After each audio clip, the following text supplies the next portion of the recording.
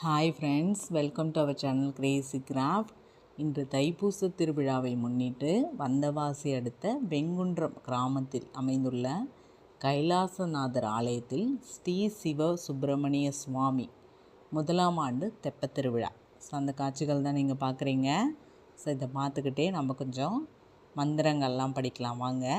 முருகனோட மூல மந்திரம் இது அப்படின்னா ஓம் சரவண பவ. இதுதான் முருகனோட மூல மந்திரம். அடுத்தது முருகனோட காயத்ரி மந்திரம் ஓம் தத்புருஷாய வித்மகி மகாசேனாய தீமகி தன்னோ கந்தக் பிரசோதியாத். இது முருகரோட காயத்ரி மந்திரம்.